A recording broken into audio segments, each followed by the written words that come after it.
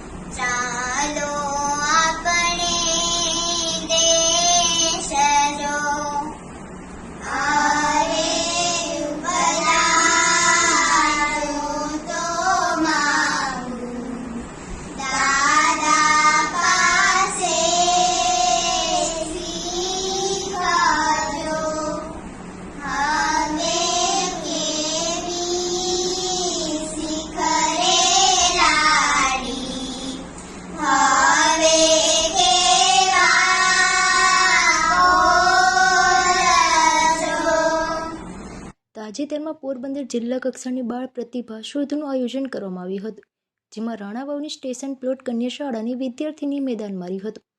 શાળાના આચાર્ય ચેતનભાઈ જોશીના જણાવ્યા અનુસાર અહીં બાલવાટિકાથી ધોરણ 8 સુધીનો અભ્યાસ કરવામાં આવે છે અને 246 જેટલી વિદ્યાર્થીની અભ્યાસ કરે છે. અહીં બાળકોને શ્રેષ્ઠ શિક્ષણ આપવામાં આવે છે. સાથે બાળકોને ઇતર પ્રવૃત્તિમાં રુચિ દાખવે તે માટે તેમને પ્રોત્સાહન આપવામાં આવે છે.